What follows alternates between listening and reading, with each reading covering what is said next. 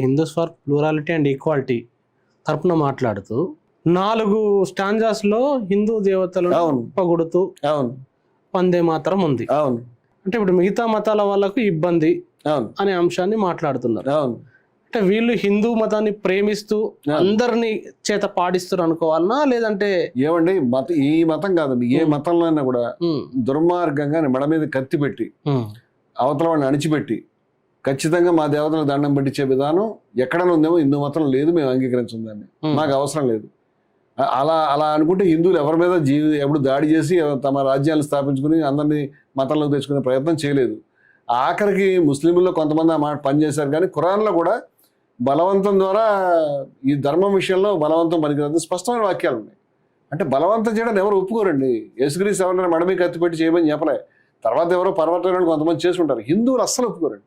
నేను అనేది అంటే ఒకవేళ అలా అతను ఒక ముస్లిం బాలుడు ఒక క్రైస్తవ బాలిక వచ్చి దండం పెట్టుకుని చేస్తే ఇంటికి వెళ్ళిన తర్వాత వాళ్ళు ఫ్రస్ట్రేట్ అవుతారు, బాధపడతారు, నరకంలోకి వెళ్ళిపోతారు, భయపడతారు.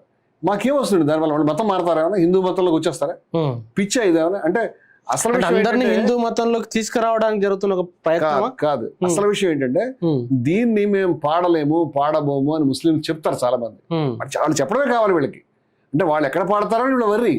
ఇప్పుడు గోవధ విషయంలో చూడండి, మీరు వచ్చి ఇంటర్వ్యూ చేశారు, గోవధ అనేటువంటిది పనికిరాదు, దాన్ని జాతీయ జంతువుగా ప్రకటించండి. ముస్లింలు, క్రైస్తవులు, సిక్కులు, హిందువులు, పెద్ద పెద్ద ఆచార్యులను, ముల్లాలు వాళ్ళంతా వచ్చి నిలబడి మాట్లాడితే దాన్ని ఆ పని చేయొచ్చు కదా. వాళ్ళకి అది ఇష్టం లేదు. వాళ్ళకి ఇష్టం వల్ల ఏంటంటే ఈ పేరు చెప్పి ముస్లింలు గోవులు తింటారని చెప్పి వేటాడడం, వాళ్ళ మీద దాడులు చేయటం, ముస్లింల మీద దళితుల మీద దాడులు చేయటం, వాళ్ళ నెత్తురు ప్రవహింపజేసి హిందువులందరికీ మేము గోవులు రక్షిస్తున్నాం, వాళ్ళు తింటున్నారు అని అబద్ధాలు ప్రచారం చేయటం. నార్త్ ఈస్ట్లో ఏమో గోవధను వీళ్ళే ప్రోత్సహిస్తారు, గోవధ యాత్ర ఏమైనా ఉంటే అడ్డుకుంటామని వీళ్ళే చెప్తారు. ఆ గోవధ వ్యతిరేకమైనటువంటి యాత్ర పనికిరాదు. అక్కడ బీఫ్ని చీఫ్గా సప్లై చేస్తామని చెప్తారు. యూపీలో ఏమో బీఫ్ ఎక్స్పోర్ట్ కంపెనీలు వీళ్ళే పెంచి చందాలు తీసుకుంటారు. అంటే ఈ నాటకాలంటే చూడండి, వాస్తవం అంటే ముస్లింలు హిందూ ఓటు బ్యాంక్ కన్సాలిడేట్ చేసుకోవడానికి ముస్లింల మీద ద్వేషం రెచ్చగొట్టడం వాళ్ళకి నచ్చినటువంటి చాలా ఇష్టమైనటువంటి పని. హిందూ మతం ఏమో ద్వేషంతో లేదు. దాంట్లో భాగంగానే ఈ గోవధ ఏ విధంగా అయితే ఇంతకాలం గోవుల మీద అక్కలక్క మీద దాడి చేసి చంపడానికో, లేకపోతే వనాల్లో దళితుల మీద దాడి చేయడానికి, జజ్జర్లో సజీవ దహనాలు చేయడానికి వాడుకున్నారో, రాముని వాడుకుని రథయాత్ర చేసి బీజేపీని 2 సీట్ల నుంచి పెంచుకోవడానికి అన్ని చోట్ల మత కళలు వస్తున్న బాబా లాల్ సింగ్ గారు కానీ, లేకపోతే జ్ఞానదాస్ గారు కానీ, లేకపోతే సీతారాం దాస్ గారు కానీ, నిర్మోహి అఖాడా కానీ ఎంత మొత్తుకుంటున్నా సరే రాముడి బొమ్మని వాడుకోవడానికి శంకరాచార్యులు నలుగురు వద్దురా బాబు అని చెప్పినా సరే మాకు ఎన్నికలు వస్తున్నాయి కాబట్టి సిగ్గు లేకుండా కంప్లీట్గా అటువంటి ఆలయాన్ని ఓపెన్ చేయడానికి, దాని గురించి రక్తపాతం అసలు మధ్యలో 2010 తర్వాత ముస్లింలకి హిందువులకి మధ్య శాంతి చక్కటి సామరస్య వాతావరణంలో సెటిల్మెంట్ చేయడానికి ప్రయత్నం చేశారండి.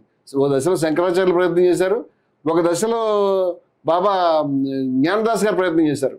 ఆ ప్రయత్నాలన్నీ కుదరదు అని అడ్డం పెట్టింది వీళ్ళు అసలు రామాలయ పోరాటంలో ఉండరు, కానీ రాముడిని ఫ్లెక్స్లు పెట్టి వాడుకోవడానికి, రాముడిని మోదీ గారు నడిపించినట్టు, ఆయన భుజం మీద వాలిపోయినట్టు, లేకపోతే మొన్న నేను ఏ విధంగా అయితే వాళ్ళకి ఆగ్రహం పాపం కలిగిందో, ఇది మోదీ తలని కృష్ణుడు బొమ్మ తల బదులు చేయడానికి ప్రయత్నం చేసినట్టు, లేకపోతే హనుమంతుడి చేత మనం నితిన్ నబీను దాంట్లో చూసినట్టు డ్యాన్స్ చేయించి చీప్గా ట్రిక్స్ ప్లే చేయడానికి, లేకపోతే మనం గతంలో మాట్లాడుకున్నట్టు శ్రీరామనవమి ఫంక్షన్ రోజుని బూతులు మాట్లాడుతూ, భక్తులు ఎప్పుడైనా బూతులు మాట్లాడారండి? ఎవరినైనా నిందించారా, దూషించారా? ఆ మతాల వాతావరణం పాడు చేస్తున్నది ఎవరు? వీళ్ళు మత పండుగల్లో చొరబడి వీళ్ళ దరిద్రపు విద్వేషపూరితమైన ఎజెండాని చొప్పించి దానివల్ల డబ్బు సంపాదించాలి. రాజకీయ డబ్బే కదండి. 1989 నుంచి 40 సంవత్సరాల పాటు ఈ ప్రపంచంలో ఏ గుడికి రానంతటి డబ్బు అన్నిసార్లు వసూలు చేసి ఇవాళ ఏదో పైన మేమే దొంగలం, మేమే పోలీసులు అన్నట్టుగా దాన్ని చేసుకుంటూ ఈ క్రమంలో చిన్న పార్టీని పెద్ద పార్టీగా మార్చి దేశంలో ప్రజలందరూ ఏమంటే డబ్బులు. ఇప్పుడు ఎన్టీ రామారావు గారు అధికారంలోకి వచ్చారు, మన విజయ్ అధికారంలోకి వచ్చాడు, అంతకుముందు కరుణానిధి గారు అధికారంలోకి వచ్చారు, అంతకుముందు ఇక్కడ చెన్నారెడ్డి గారు ఓసారి అధికారంలోకి వచ్చారు. ఇలా అనేక మంది అనేక సార్లు అధికారంలోకి వచ్చారు. కానీ ఇప్పుడు అధికారంలోకి వచ్చి ఏం చేస్తారండి? ఇప్పుడు లక్షాధికారి అన్న లవణమల్లమే కానీ మెరుగు బంగారముడు మింగబోడని రామదాస్ గారు చెప్పినట్టుగా ఇప్పుడు డబ్బులు సంపాదించడం అందరికీ ఒకటే జీవితం కదండి, అదే పొట్ట కదా. దానికి అధికారం గురించి ప్రజల్లో శాశ్వతంగా దశాబ్దాలు ఉండేటువంటి విద్వేషాన్ని రేపుతావా? ఇప్పుడు మోదీ గారు రేపొద్దు దిగిపోతాడో ఎక్కుతాడో నాకు తెలియదు, దిగిపోతాడేమో. నువ్వు తయారు చేసినటువంటి విషయం ఏదైతే ఉందో జనరేషన్స్ పబ్లిక్ మనసుల్లో దేశానికి ఎంత నష్టం. ఇది తప్పితే వేరే దారి లేదు. నువ్వు అధికారంలో రావడానికి సిగ్గులేదు. ఈ విధంగా ఇంత స్పష్టంగా ఉన్నటువంటి దాన్ని ఇప్పుడు మనం దీన్ని ఖండించాం, ఈ యొక్క భారతమాత బొమ్మ ఈ విధంగా వాడద్దు అని. అవును, మీరు మొన్న మన ఇంటర్వ్యూలో మాట్లాడారు. బాబు నా మీద నేరాలు, ఇది కూడా నేరం. అది ఈ బొమ్మ హిందూ దేవత, హిందూ దేవత కాదా? ఎవరైనా చూస్తే ఏమంటారు? ఈ బొమ్మ హిందూ దేవత, సింహం మీద ఉండేటువంటిది దుర్గాదేవే ఉంటుంది ఆవిడ. ఈ జెండా ఎవరిది? ఈవిడ భారతమాత ఎలా అయింది? ఇదే కదా మనం ఈ మాట అడిగాం. మనం ఏమన్నాం? మరి భారతమాత చేతిలో భారతమాత బిడ్డలందరూ ఉంటారు. భారతమాత అంటే ఆ రోజు జవహర్లాల్ నెహ్రూ గారు తన డిస్కవరీ ఆఫ్ ఇండియా ఛానల్లో చాలా గొప్పగా ప్రజలతో మాట్లాడి భారతమాత అంటే భారత ప్రజలు, భారతమాతకి జై అని చెప్పారు. వందే మాతరం అని ఆవిడ గాంధీపూడి అని చెప్పి ఆవిడ మాతంగిని హస్రా జెండా పట్టుకుని బుల్లెట్లు ఎదురెళ్ళి చచ్చిపోయింది. వీళ్ళు ఉన్నారా ఇప్పుడన్నా? ఈ పోరాటంలో వీళ్ళు ఎప్పుడైనా పాల్గొన్నారా?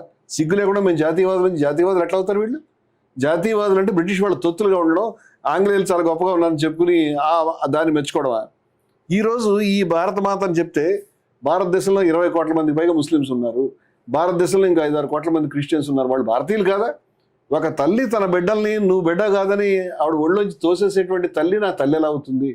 భారతమాత అయితే ఆవిడ చేతిలో నా తల్లి చేతిలో 3 రంగుల జెండాయే ఉండాలి, భారతమాత చేతిలో. చాలా మంది, కానీ ఈ దుర్బుద్ధి వీళ్ళకి మాత్రమే ఉంది. దీని మీద క్రిమినల్ కేసు పెట్టాం మనం చెప్పాం. కానీ ఈ పెద్ద మనిషి మోదీ గారు రాసిన పుస్తకం ఇది, జ్యోతిపుంజ్ హిందీ పుస్తకం. ఎప్పుడు రాశారండి? ఎప్పుడు రాశారు చూడండి ఈ పుస్తకాన్ని. ఈ పుస్తకాన్ని ప్రింట్ చేసింది 2023.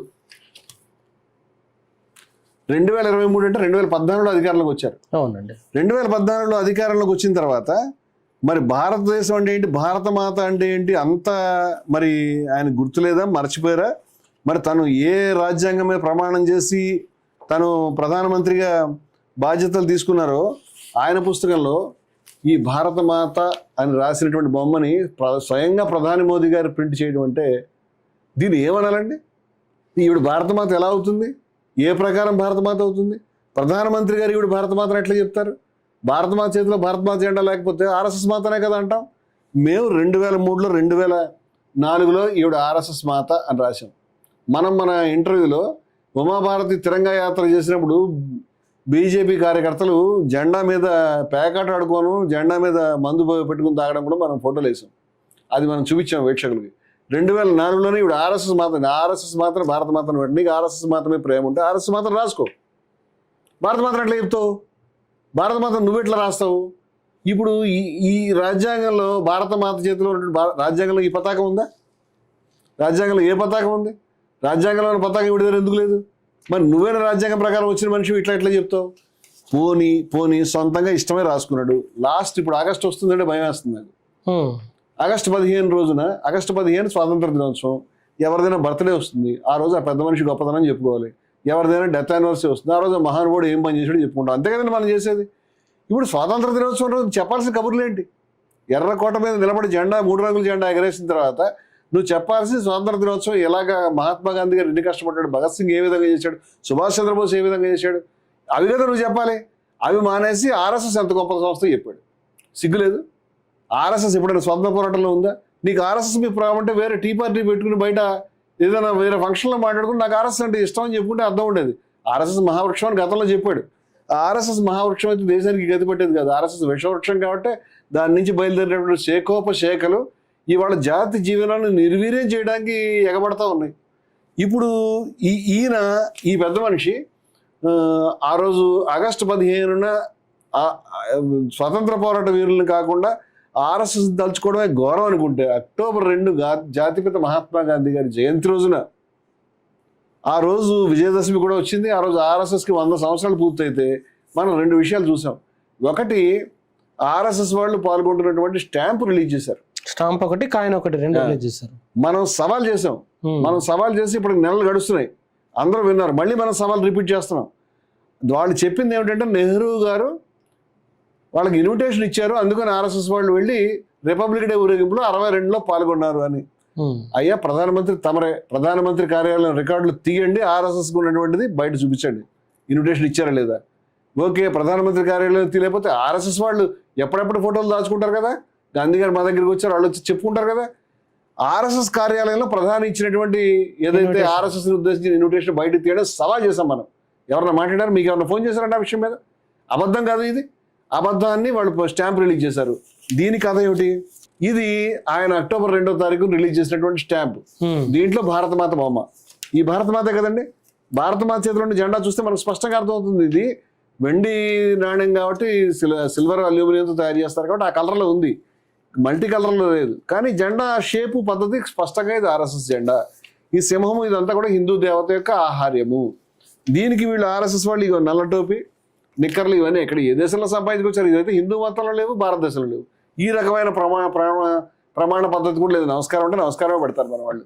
అమ్మ నమస్కారం అని తల వంచి మరి పెడతారు. ఇప్పుడు ఈ నల్ల టోపీ పెట్టుకున్నటువంటి వాళ్ళు భారత మాత అని రిలీజ్ చేస్తున్నది. మరి ఆర్ఎస్ఎస్ మీద అభిమానం ఉంటే నువ్వు సొంత డబ్బు పెట్టుకుని, ఆర్ఎస్ఎస్ డబ్బు పెట్టుకుని, ఆర్ఎస్ఎస్ అభిమానులు డబ్బు పెట్టుకుని మీ ఇష్టం వచ్చిన పని చేసుకోండి. ఇప్పుడు చివరికి సోమనాథాలయం కట్టించేటప్పుడు కూడా మన సర్దార్ వల్లభాయ్ పటేల్ గారు ప్రైవేట్ డబ్బులతో కట్టించి ట్రస్ట్ పెట్టించి చేయించారు. గవర్నమెంట్ డబ్బులు వాళ్ళే. నువ్వు ప్రభుత్వం యొక్క డబ్బు ఖర్చు పెట్టించి ప్రభుత్వం తరఫున నాణ్యం రిలీజ్ చేస్తూ భారత మాత బొమ్మని చెప్తే దీన్ని నీ పదవిని దుర్వినియోగం చేయడం కాదా అని అడుగుతున్నాను నేను. ఈ పదవిని దుర్వినియోగం చేయడానికి నీకు ఎవరు అధికారం ఇచ్చారు? మా డబ్బులతోటి మా మాత కానటువంటి భారత మాత కాయిన్ నువ్వు ఎట్లా ప్రింట్ చేస్తావు? ఈ ప్రింట్ చేసిన తర్వాత ఊరుకోకుండా ఈవిడ భారత మాతని ఆ రోజు చెప్పాడు ఆయన, అక్టోబర్ 2వ తారీఖుని. ఎలా చెప్తారు ఇప్పుడు భారత మాతని? భారతదేశ ప్రధాని గారు భారత రాజ్యాంగంలో ఉందా?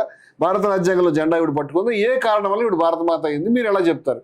ఆర్ఎస్ఎస్ మాత్రం ఆర్ఎస్ఎస్ మాతగా ఉండేవండి. ఈవిడ ఎట్టి పరిస్థితుల్లో కూడా ప్రజలు ఎవరు కూడా భారత మాతగా అంగీకరించేటువంటి సమస్య లేదు.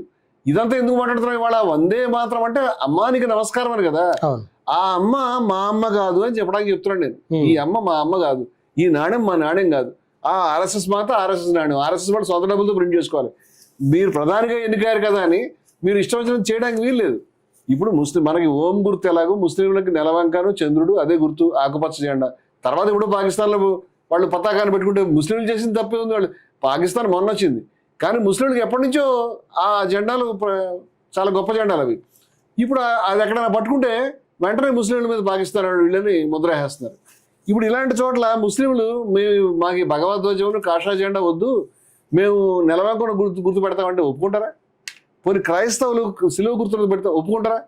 ఎందుకంటే ఈ విద్వేషాలంటే హిందువుల్ని బలవంతంగా అందరూ ఆమోదించాలంటే వీఆర్ రావు నేషనల్ హుడ్లో గోల్వాల్కర్ రాయబట్టే మీకు హక్కులు లేవు, మీరంతా ఆమోదించాల్సిందే, మేము ఏం చెప్పినా పడి ఉండాల్సిందే అనే పద్ధతిలో మీరు చేయటమే కదా.